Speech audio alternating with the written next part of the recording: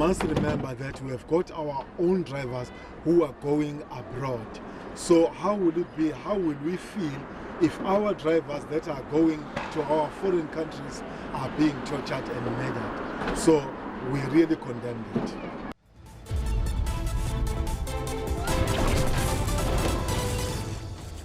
Good evening and welcome to Unfiltered on SABC3 and SABC News Channel 404. My name is Desiree Chauke. The country must be reeling today. This evening, barely a day has gone since we wrapped up Women's Month, and we're already getting confirmations coming in about two young hopeful South African women, Uyinene Mrwetyana and Leighandre Jegels, who've been killed by their partners. Also this morning, we woke up to the news of looting in Malvern. As the day progressed, more reports came in from different parts of the country where this phenomena was also taking place, apparently to get foreigners to leave South Africa. But another big story today, and that's the one we're dealing with today, is the apparent truck drivers' strike. And I say apparent intentionally because most people who represent truck drivers are distancing themselves from this phenomenon, especially the aspect about the burning of trucks in different parts of the country. We've had reports from Limpopo, we've had reports from KZN, and reports of stoppages in the Western Cape and other different parts of the country. We're joined today in the studio and would like to welcome Mary Phadi. She is the president of the South African Truckers Association, TASA, and we're also joined by Gavin Kelly, who's the CEO of the Road Freight Association. Welcome to both of you, and thanks for making the time this evening. You both represent truck drivers and truck owners associations, but with different emphasis. And Mary, let's start with you because you are representing black emerging drivers. What's the conversation amongst your membership with regards to this development? We are concerned. The economy is not going, and the stoppages and these incidents are affecting us that, we don't get an income. Every time when we see these stoppages, we must know that it's affecting our income, and therefore a lot of our members cannot survive, because we know that on a daily basis, if the truck does not move, it affects a lot of people. There's quite a lot of things that you need to do, so it's really a serious concern. Gavin, the big conversation is whether there is a strike or not. What have you heard? Well, in the normal terms or the sense of the word of a strike, there's no strike. The recognized formal unions in the country who represent the workers, who are party to the bargaining council, have not called a strike. This is why a different party, who's not part of that bargaining council, and has a disputed representation of workers. Are your members part of the strike, Mary? Our members are not part of the strike because they are affiliated to the unions, linked with the bargaining council. We don't have ATDF members there in our most of our companies. So who is this ATD, All Truckers Drivers Forum? It just came out. It came out around early this year, and we kept on asking them, so that we can engage with them. But it seems as if they are speaking one language, and they think that we don't represent them very well. And our stand is that we don't only represent employers. We feel that employees are part of us. We need to take care of them. We need to make sure that they are happy, and we need to make sure that we engage if there are any other challenges that affects drivers. How can we have an employer that does not have a relationship with an employee? So at the end of the day, you'd want them to come and say, we are a certain organization and we want to engage with you, and we are not happy with the certain things. So the big outcry has been the employment of foreign-based drivers who are supposedly taking over jobs. It's that one, and the other one that I saw that came out was that the truckers are upset that they're being blamed for trucks being burnt. What is the real issue at play? Well, I think you've asked me two questions. Let's go with the first one in terms of, what's the root cause? And most of us, from what we've heard and from what we've been able to ascertain, is there's unhappiness about foreigners being employed by South African companies to work in South Africa. This is not about going cross-border or driving a company out or into South Africa with foreigners who are foreign in their total makeup. This is about local South African companies employing foreigners in preference to South African citizens. Now, surely we could have solved that very easily by a number of methods. One of them is following the structures that exist in the country, going to the bargaining council, going to the Department of Labour, and actually finding out how true this is, because most of it is an urban legend at the moment. So how true is this? And if there are non-compliant employers or transporters, then to deal with them, because there are very, very simple, sound laws to deal with it. The second is that who are these drivers that are causing this chaos? There are various reports that most of these drivers seem to be drivers who are no longer employed. So it's not coming from that traditional base of employees in a union, because the unions would have raised this if this was an issue. That's why they're not organized, I suppose, then. So the South African, or rather the International Cross-Border Association, has sent out a statement saying that if South African drivers go ahead with this strike, they will block at the borders South African truckers from getting into other countries to conduct trade there. Is this worrisome for you, Mary? A lot. You know, remember, we also take goods from South Africa to other African countries. You know, it worries us because how do you trade? How do you engage with others? How do you then make sure that drivers are safe out there? And our understanding was that, you know, there is no foreigner in Africa. We are all Africans. Absolutely. And therefore, as Africans, if we are discussing opening borders to everyone, what message are we sending now? There is no brotherhood, sisterhood relationship, because we are not talking to each other.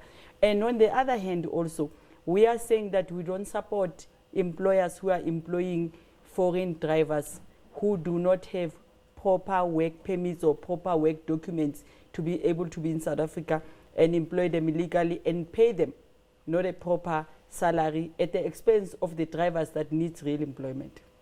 What is the real, what is the solution to solving this problem? Because I remember there was this conversation while Leighandre was still the Minister of Transport, and now it's Fikile Mbalula, and there doesn't seem to be a solution in sight. I think that's our biggest frustration, is that maybe to our minds this could have been sorted out right in the very beginning very easily. You go to each and every single employer, they need to be registered with the bargaining council. There are a number of, when I say employer, I'm now talking about transport companies. Yeah. So each industry has its own structures. Within the freight industry, within the transport, there's the bargaining council, where if you employ people in this country, you are required by law to be registered. And your drivers are all listed at that bargaining council. So it is very easy to take a list and check who's who in the zoo. But seemingly it isn't that easy. Exactly. Exactly. What's at the core of what's the blockage? We need to engage, like Gavin said. Let's go back to the bargaining council. We need to sit down with them. We need to say to them, who are these employers? How do you interact at the bargaining council with people who are supposedly not employees? They will have to find a way of engaging with us. You know, this is a serious concern. And we cannot do it alone. Remember that we are governed by the bargaining council. And on the other hand, if they don't assist us, there's nothing that you can do, because we cannot go into the system and try and fix the problem. So somehow we need to find a way of saying, let's sit down, let's find out who are these companies that are employing illegal foreign drivers. On top of that, who are these companies that are underpaying their employees? Because the system must tell us, and when we're done with it, whoever that is not registered with the bargaining council, they must be pushed there. Everybody must be pushed Mary there so that we Phadi can is the president of the Truckers Association of South Africa, TASA, and Gavin Kelly, the CEO of the Road Freight Association. We continue with this conversation after this break. You're watching Unfiltered. Don't go away.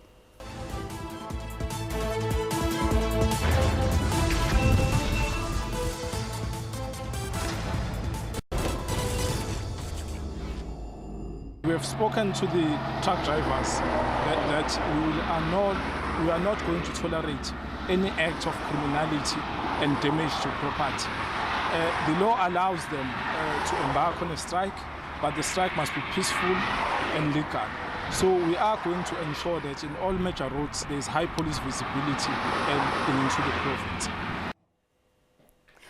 Well, that's essentially been the general attitude, that there's not going to be tolerance for the damaging of property, but seemingly that discussion is being disregarded. Welcome back. Tonight we're asking you, how's the torching of trucks likely to affect the country's economy in the long run? We have 2 tweets that have come through. Let's look at those.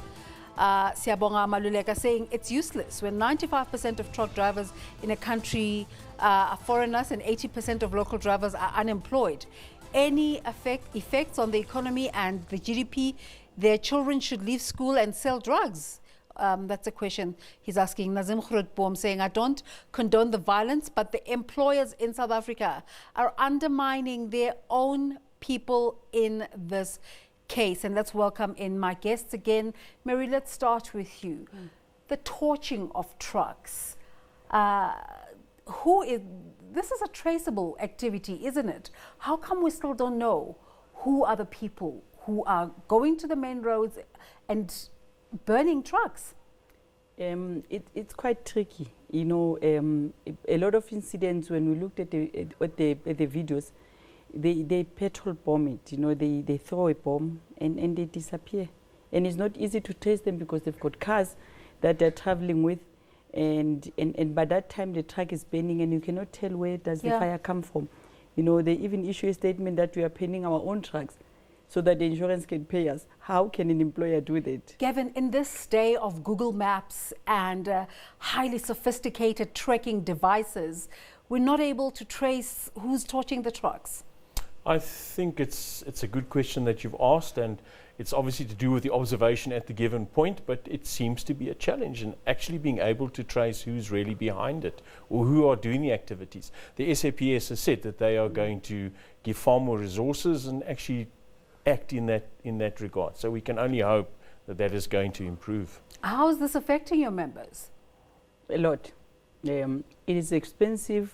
In fact, a day without that, the wheels rolling on the road, it's expensive. Yep. You know, one day to lose a vehicle is expensive. And let alone the product that is in there. It's very expensive. You know, some people are not only transporting, you know, coal, manganese and iron, but there's a lot of people that are transporting even the sensitive products, you know, agricultural products, the things that they must get there fresh, you know, to the destiny, and it's a real concern. It's really have you been affected? How many trucks of your membership have been burnt? We do get a number from time to time, but you know, one cannot tell because at the moment we haven't had a proper statistics. But from time to time we do get concerns. Almost every day it's quite a concern. This is crippling the economy. There was a time when everybody was worried about energy in terms of an economic driver. And suddenly we're talking about trucks and we realize there are other aspects that have the potential to just completely kill off the economy. Aren't you worried about these developments? Of course, we're very worried. It's not only the economy in South Africa that's going to be hit, it's going to be our international image. We're already having shipping companies just saying, do we want to put our goods through this country and put it to this risk? We have ports around us, countries around us who are building their ports to start taking simple containers through at a far faster rate than what we're doing at the Port of Natal. So we're going to shed even more jobs if we don't fix this, and we need to fix this. So there's a sentiment that there's a hidden force behind these torchings. I know you want to say you represent your membership, but I'm sure there are conversations with different stakeholders in this sector. What are the conversations that are taking place about who this third force, this hidden force could be? There's lots of conjecture and there's lots of rumor mongering, and I think if one focuses on that, then you're going to lose the plot. I think the one question we ask ourselves is, if this was only a labour issue, let's use that term, then surely we could have sorted that out pretty quickly. We have a history of robust discussions in this country where unions the worker and the employer get together and discuss these things. So surely we could have sorted that out. And we've raised a number of the loopholes or the gaps or the problems we have where this sort of problem could have been created. We've spoken about registration. We've spoken about the legislation. So one would presume if all of those were in place, we could sort this out. But it's not going away. So you have this hype, you have this discussion, whispering in the corridors, if you will, that there must be something else behind this. Surely, because we could sort out a labour issue quite easily, so it would seem. How are you protecting the interests of your drivers when your drivers hear that when they already have their driving schedule for the day and they're supposed to drive to Cape Town and they're told M2 is closed, and they're supposed to drive to Mpumalanga and they're told N12 is closed? What then have you got in place to protect the time, the cost, and all other aspects related to the process of getting a driver from point A to point B? It has escalated our income, as I was saying when I started to say that it's affecting us, and therefore if you look at the security of it, it has increased, because you need to make sure that this driver is safe in the truck, and therefore you extend those measures. The more there is this violence, the more one extend to say let's increase security, which is expensive, to either whether following a truck or to make sure the truck gets to a destiny without a problem. What is the solution? In terms of securing the security, or in terms of solving the problem that we're facing? In terms of solving the problem about the concerns about foreign drivers, in terms of stopping the torching of trucks, in terms of solving the problems within the trucking industry? There are probably three easy steps to follow. And we've spoken about it already earlier on. We need to make sure that the legislation that's in place, the good laws that are here in place to protect the worker, to protect the industry itself, are put in place, are monitored, are policed. In other words, who we employ, why we employ. Secondly, we need to have a dedicated team to go around and do the investigations of transport companies. If that capacity is not there, we need to create it. And then finally, we need to understand the rule of law applies, that we cannot lose lives in a situation where not a single life, never mind the cargo, never mind the trucks, we cannot lose another life to something that really could be sorted out administratively, for want of a better word. Mary, as you ponder on your answer, we're going to take a break. You're watching Unfiltered. We'll be back in a moment.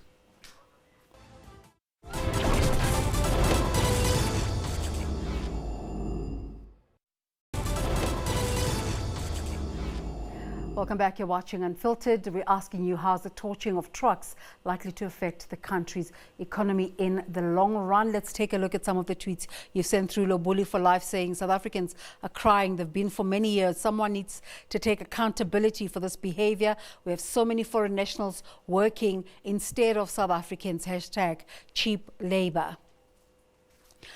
Zotando K says, obviously it affects the economy, but my biggest worry is that the biggest organizations are distancing themselves on everything that is going on. If so, how are we going to get a solution? That means it's still going to go on. Hashtag Unfiltered and hashtag truck drivers. When we went to break, Mary, we were talking about possible solutions to this impasse. Gavin has touched on the three. But it's an emergency. We need a round table. We need to sit down and we need to sort this thing out.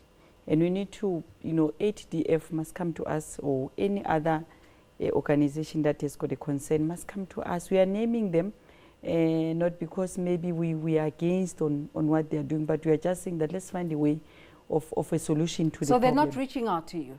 We have had some discussions with them, and it seems as if we don't find each other because the points that they are telling us are fair, and we also understand their stand.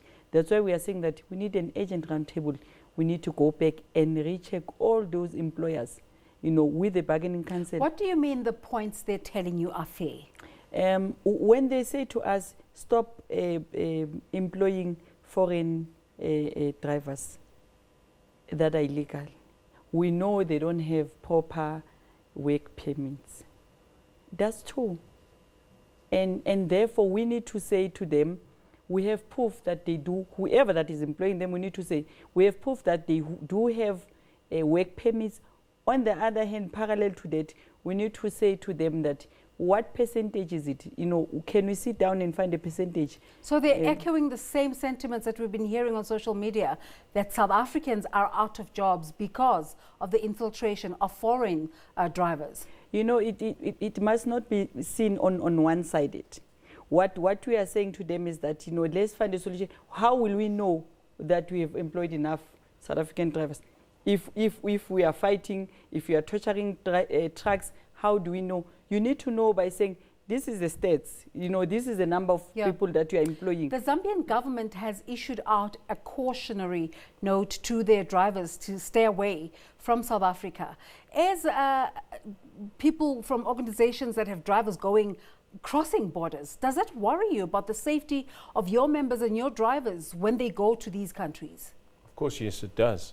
Because we've already seen a number of things on social media where drivers in those countries or citizens in those countries are saying the same thing needs to happen to South African drivers there. And that's been taken out of context now.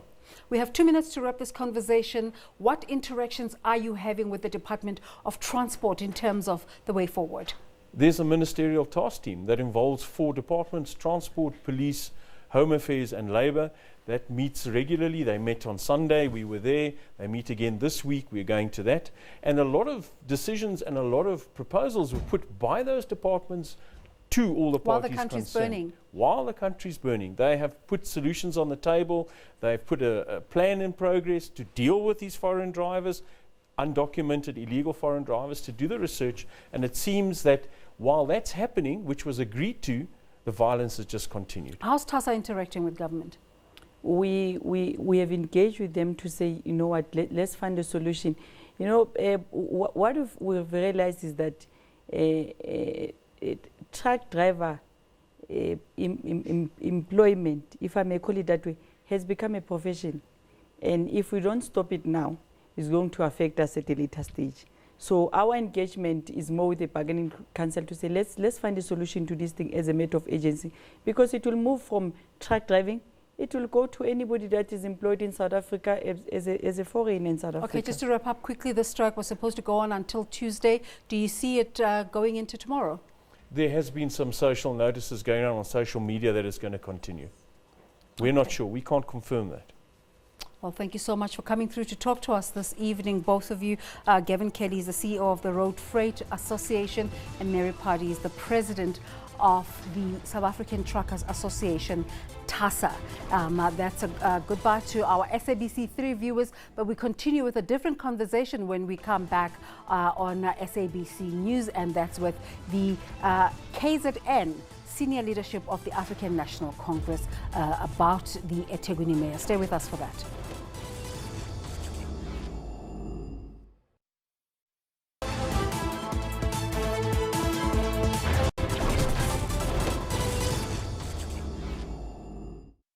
And today we're here to announce a team of capable men and women who are tasked with a fundamental task to improve the capacity of the 2 cities to meet the expectations of our people.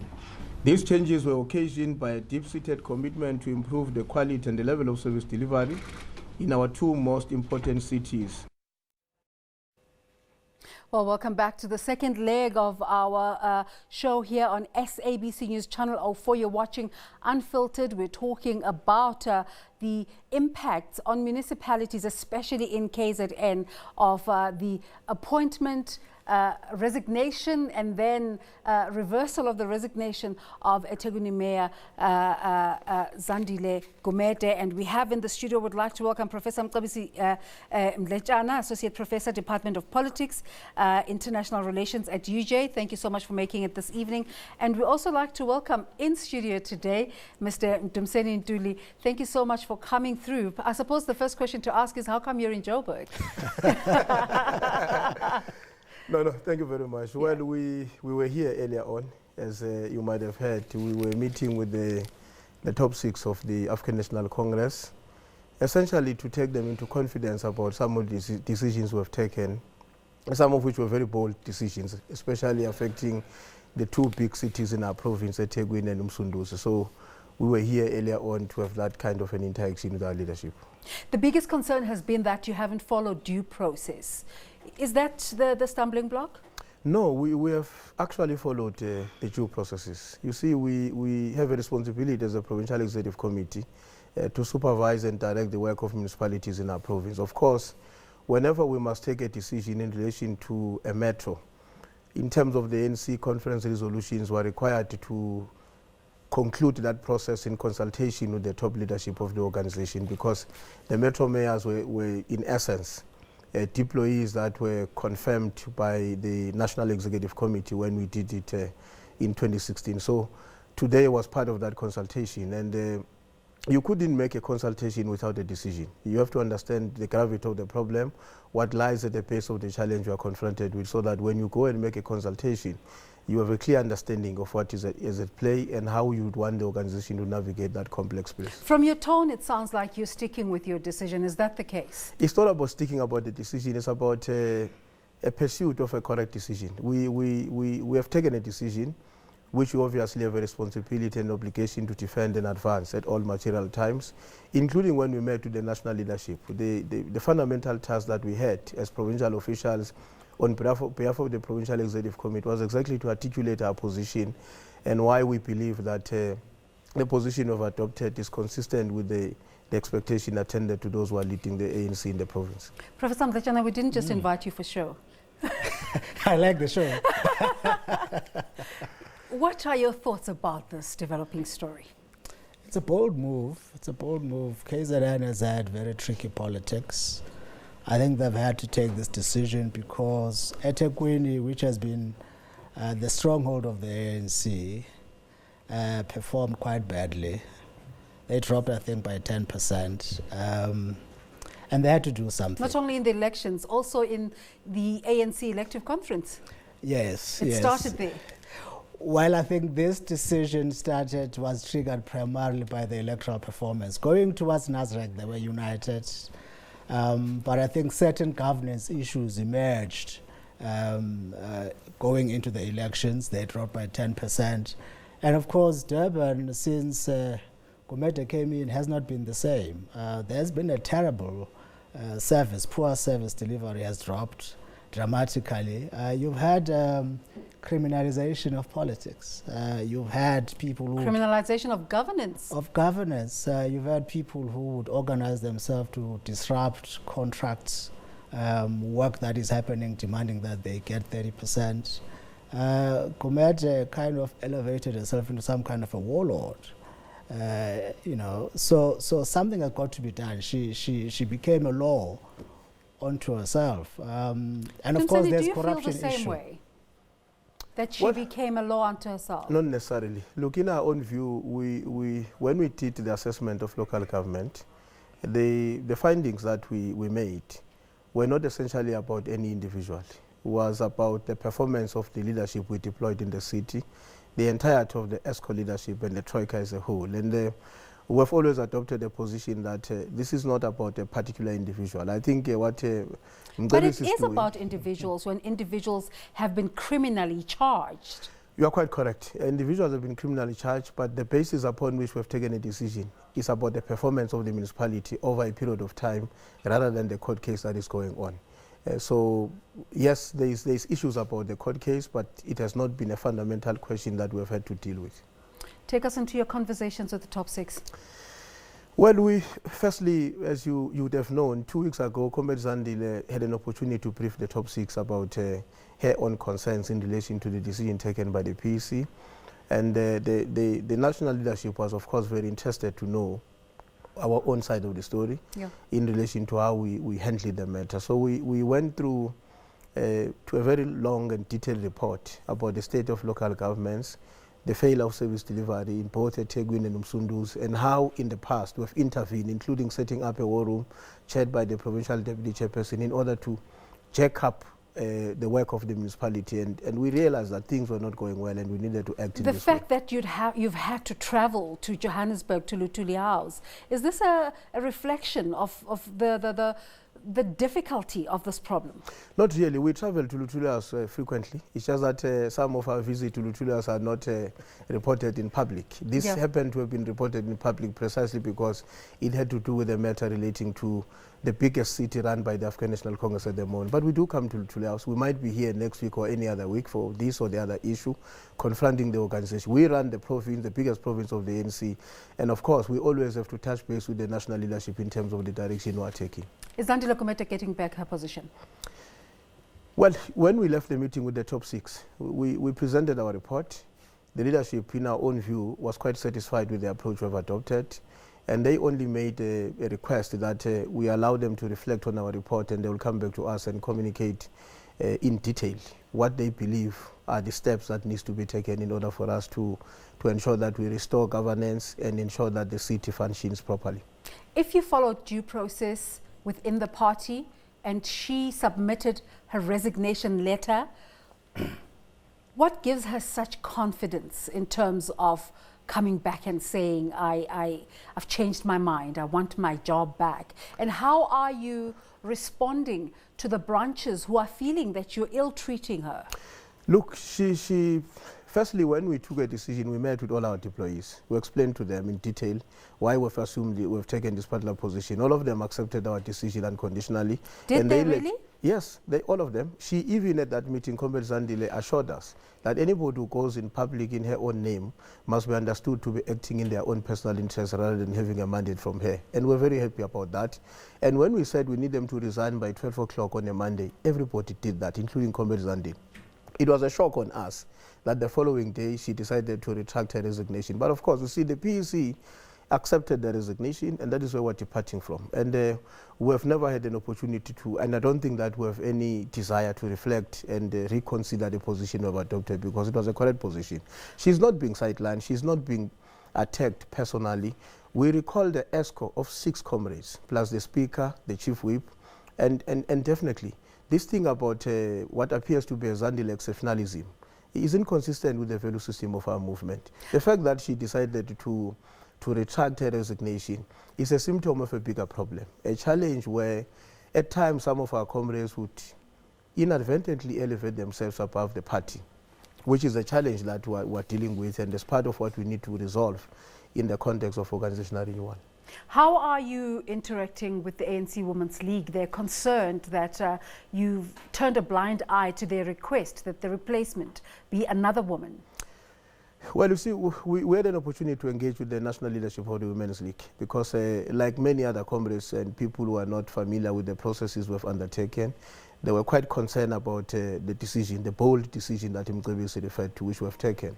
We took them into confidence about that. And you would notice that in our proposal, there are 2 women, a Speaker, a senior cadre of the ANC, and the provincial treasurer of the Women's League. The MEC, former MEC of Finance that is being proposed for the position of the Deputy Mayor. We looked at other comrades as well who are women, and we said, in the light of the current challenges, who among these comrades, what combination do we need? What talent and skills that when combined together will take us to the greater height? And we said this is the combination we want. And I think the Women's League would be happy with the combination we've produced. Prof, how should South Africans be feeling that we have Mr. Ntuli here and he's telling us about a meeting with the top 6, but still we don't have detail and content?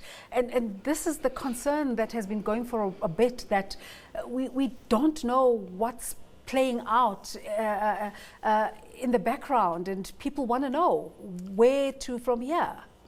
I think South Africans should take a lot of comfort from the fact that someone who's been accused of corruption, someone under whose leadership service delivery has dropped, has now been fired.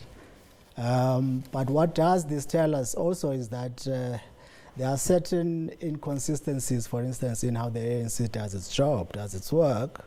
Ntuli and them should have consulted Luthuli House when they took this decision, because Luthuli House approves and they are the final arbiter of all these things.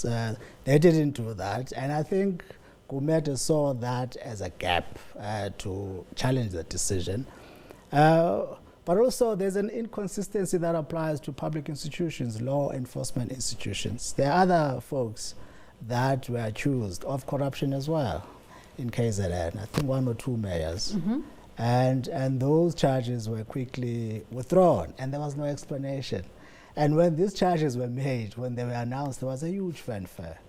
But all of a sudden they are withdrawn without any explanation. So one wonders what is happening. I'm not saying that Gumede is somewhat innocent, but that inconsistency does create a sense of political persecution, that she's been singled out particularly for persecution when others are let free.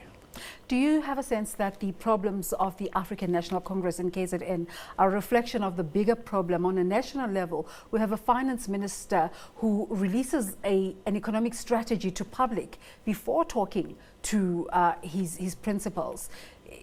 Is that a reflection of a bigger problem? No, KZN politics are reflecting a little bit of fracturing.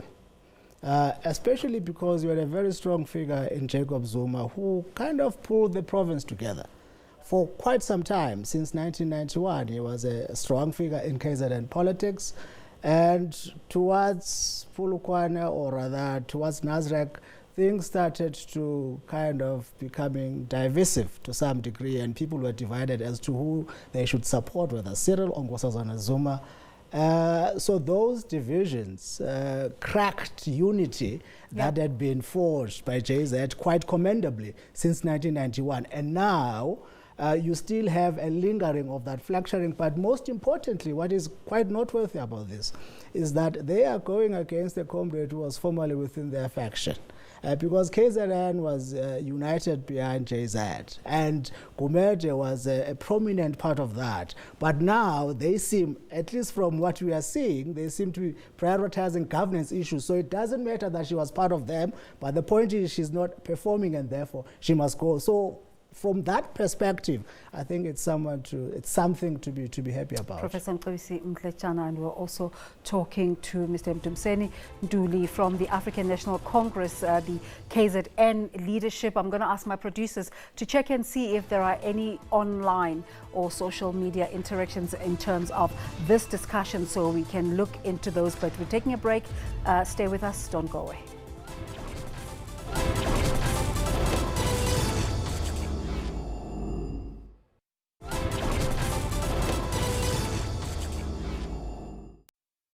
Women would be elected or appointed, and halfway their journey, they are asked to recuse themselves. And men that do exactly what women have done are given an opportunity to account. And therefore, there is a lack of consistency. Well, she's not saying any names, but she says there's a lack of consistency, which is interesting because in the beginning, the president of the ANC Women's League was saying she's leaving this decision entirely to KZN to sort out. Well, is she correct? Well, she's quite correct. I mean, we've recalled comrades, a combination of both men and women. And really, for anybody to reduce that decision to anything that has to do with women would really be departing from the wrong premise. In Pietermaritzburg, we recalled a mayor who's a man. Within the Teguin, the collective that was serving with Comrade Zandile, some of them were men.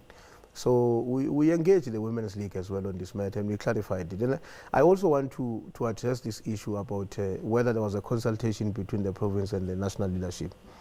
You see, in terms of our own tradition and convention, members of the NEC are deployed to various provinces. We have a team of about 8, if not 10 members of the NEC who are always with us at all material times in the meetings of the Provincial Executive Committee.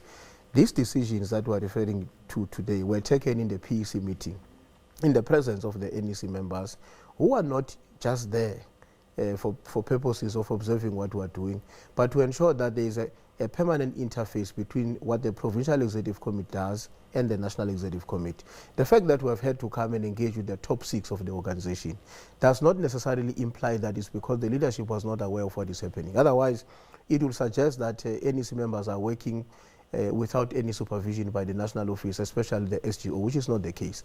You engage the national officials because you have to give a concrete meaning and a detailed clarity on the direction we've taken and how you would want the ANC at the central level, at the level of the national officials, to be part of that articulation and to help you to clarify to society why you have assumed a particular position. Professor Mrwetyana mentioned something that I think is important, how former President Jacob Zuma used to be a unifying factor within KZN politics. What within the African National Congress is his role now? He's a former president. Firstly, he's a former president of our movement and still an ex-official member of the National Executive Committee. And like all of us, he has an obligation to make a contribution, however minimal, in ensuring that we all represent what the ANC requires us of to, which is to unite the ANC and unite our people. So he still has that role within the overall responsibility of the National Executive Committee. So, at least on social media, he's come out in support of Zandile Gumede, but he hasn't indicated any support of the motions that you're going through at the moment. How should we be reading? What should we be reading into that? Well, I saw the Twitter. I don't know if there was more than one, but the one that I saw was when the former president made reference to the fact that some of the challenges that Comrade Zandile faces, and I think that has got to do with the legal case, may be somehow similar to the experience and the pain that he has gone through.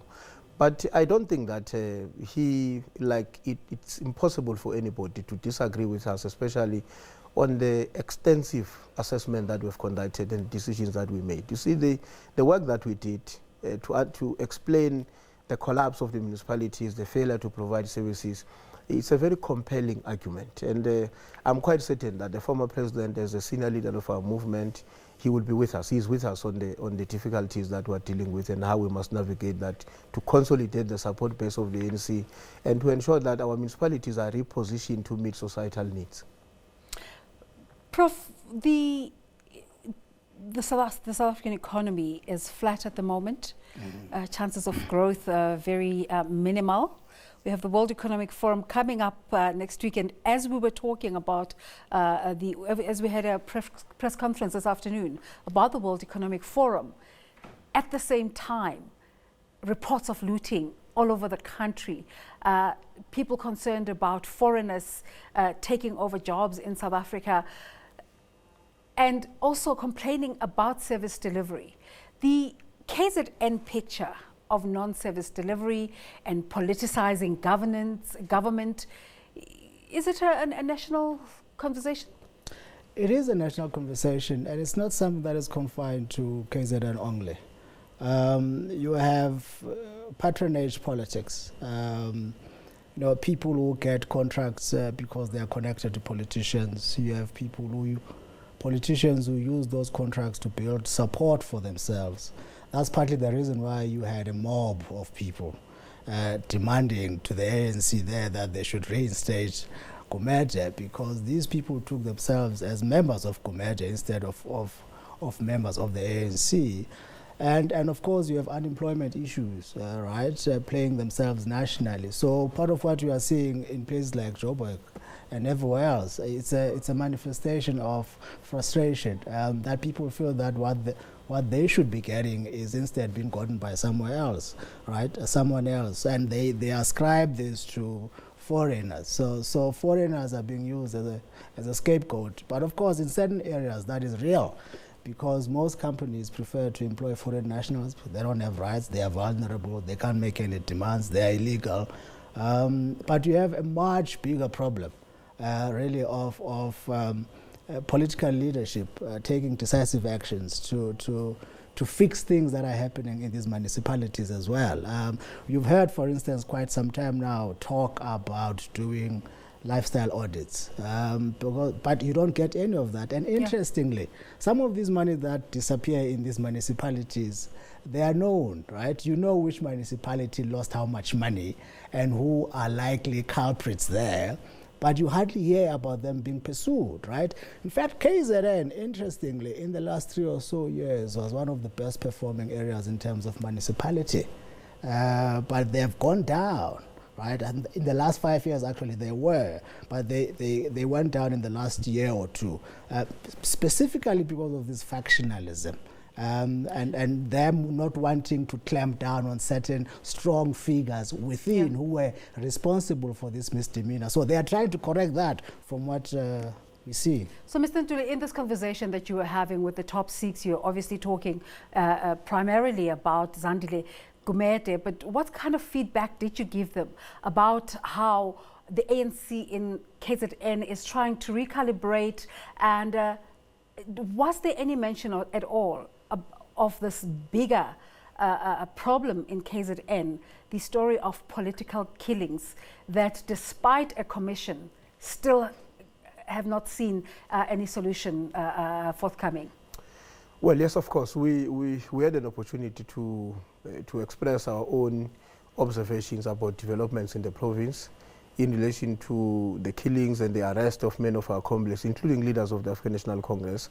Some of whom get arrested, they are released a week later, a month later, 6 months later, without any charges being preferred on them. We raised that issue with the leadership, and we agreed that we require more time where we would have a dedicated discussion between the provincial officials and the national leadership, where probably even the Minister of Police will be in attendance, so that together we can reflect on this. Because you see, if you arrest a person, you don't charge them, you release them a year later, 6 months later, as it has happened, it also undermines the credibility and legitimacy of the criminal justice system of our country. And we're worried about that. We raised it to the president, but we agree that we're not here for that. We need more time so that we can reflect on that issue with specific examples and experiences of what has happened in the province. I suppose, and we have limited time left for our conversation, the question on South African minds, because this has been the conversation, is where to from here? Well, firstly, I can confirm to you that tomorrow the national leadership is going to be coming to the province, I think, to give us a feedback on the discussions we had today. Either the SGO in particular has a responsibility to come and engage with the province on whatever that they may have left behind and discuss as part of the way forward. But we want to reassure the people of KwaZulu-Natal and eThekwini in particular that on Thursday, and South Africans, because the seat is quite important, not only for our country, for SADC and the continent. And that is why when we act on matters relating to the seat, we are informed by that shared conviction and the recognition that we're dealing with a city that belongs to the African continent as a whole. The city is going to convene a council on Thursday. The leadership of the city will be elected on Thursday, and we are very certain that the people of KwaZulu-Natal and the rest of the country will be behind the leadership put forward by the ANC.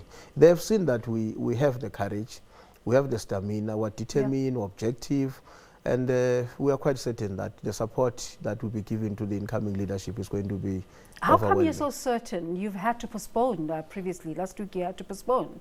Well, I'm certain because you see, when you are driven by conviction that the position that you represent is correct, you have to be very clear that that position has to see the light of the day, because it's a right position.